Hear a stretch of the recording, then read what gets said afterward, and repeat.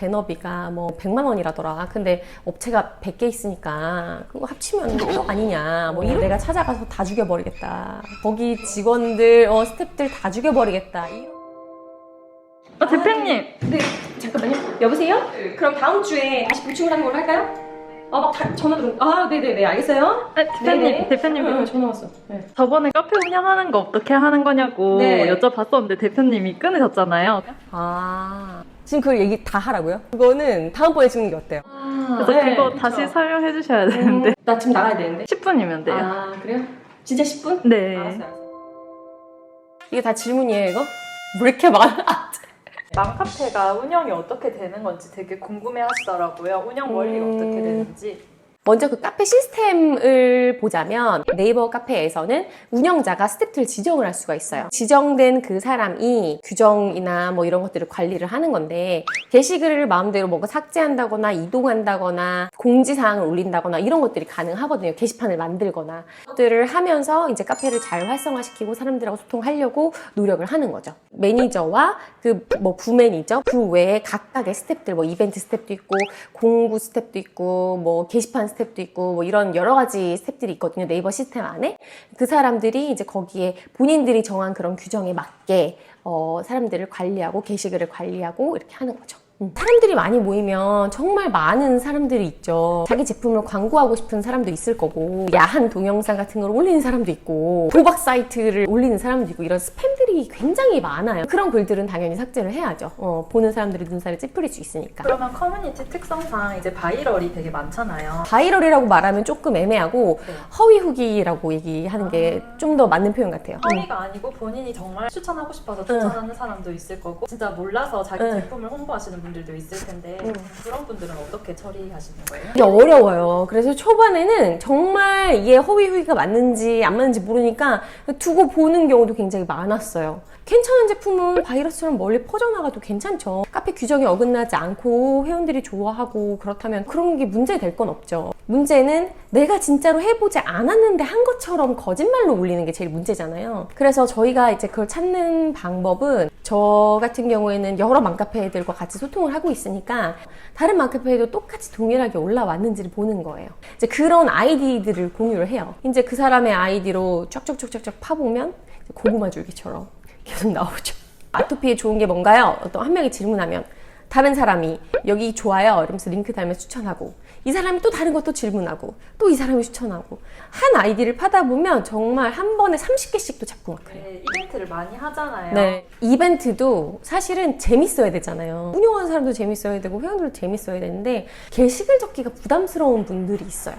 내가 무슨 댓글을 적어야 될지 모르겠는 그런 분들도 초반에는 많아요. 카페 활동에 좀 익숙해지게 해야 되고 또 카페는 등급이 있잖아요. 어느 정도 활동을 해야 등급이 올라가고 보이는 글이 있고 또 그 외에 중고 물품을 교환하거나 홍보를 하거나 이런 걸 할 수 있는데 그런 걸 좀 자연스럽게 해주기 위한 방식 중에 하나인 거죠. 댓글을 그냥 내가 정한 댓글 하나로 복사 붙여넣기를 계속 달리면 되는 거예요. 근데 굉장히 많은 인원이 정해진 시간 안에 계속 복사 붙여넣기를 하다 보니까 누가 언제 어느 순서로 댓글을 달지 알 수가 없는 거죠. 꼬리잡기를 주최한 사람이 어느 순간 나타나면 그 바로 밑에 달린 사람이 당첨이 되는 그런 형태인 거예요. 그 사람의 꼬리를 잡았다고 해서.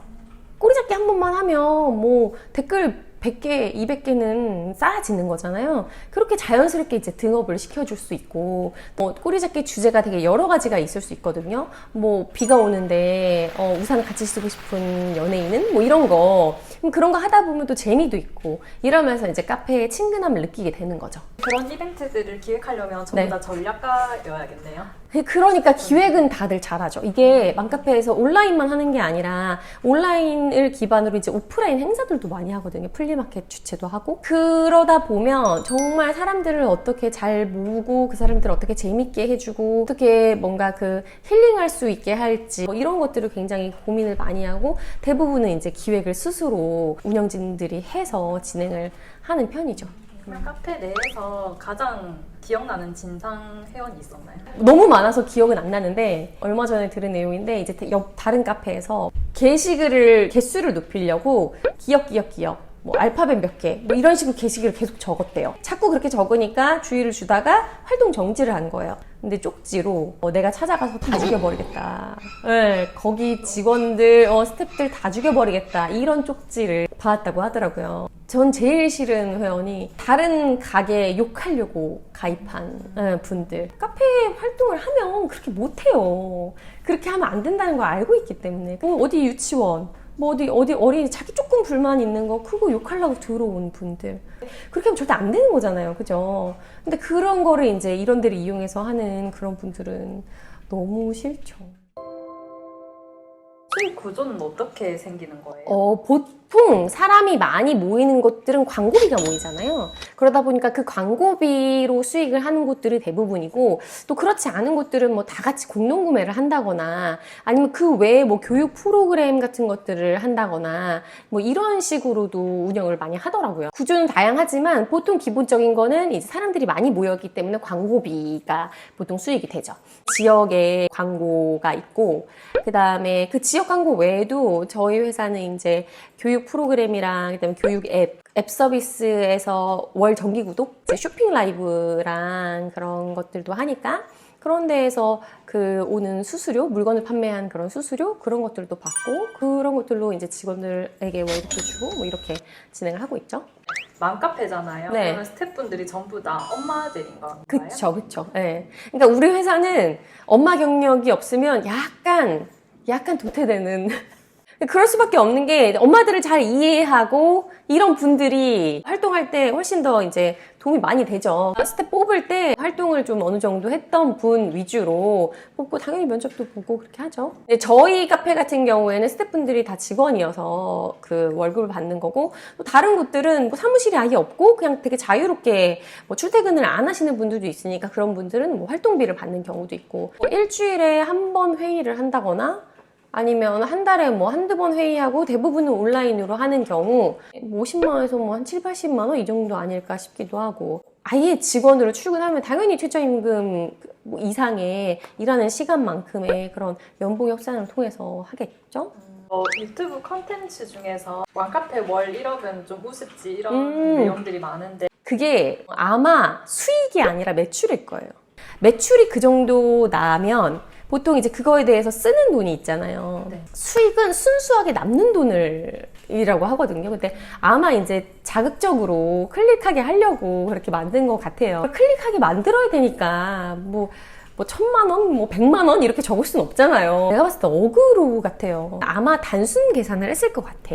배너비가 뭐 100만 원이라더라. 근데 업체가 100개 있으니까 그거 합치면 1억 아니냐. 뭐 이렇게 단순 계산을 하는 것 같은데, 사실 뭐 위치마다 당연히 가격도 다르고, 그 다음에 그때그때 상황 따라서 뭐 오랫동안 제휴업체를 유지한 곳들은 굉장히 저렴하게 해준다거나, 저희 같은 경우에는 김포시에 있는 기관들 같은 경우는 다 그냥 무료로 홍보를 하고 있거든요. 이런 것들은 이제 감안을 안 하고 그냥 자극적으로 해서 그런 것 같고, 그렇다고 이게 어찌됐든 사업자를 낸 건데 우리 돈 못 벌어요 이렇게 얘기하는 것도 나는 좀 아닌 것 같은 게, 돈 잘 벌어서 인건비 많이 주고 이런 게 절대 나쁜 건 아니거든요. 잘 벌면 숨길 필요도 없고, 잘 버는 데를 막 유튜브에서 자극적인 문구로 막 욕을 할 필요도 없고 그런 거죠. 사실 요즘에는 그 유튜브에서 돈 버는 컨텐츠들 굉장히 많이 하잖아요. 뭐 인스타그램으로 돈 벌고, 예전에는 뭐 인스타그램 공동구매하고 이런 것도 되게 사람들 안 좋게 생각했었는데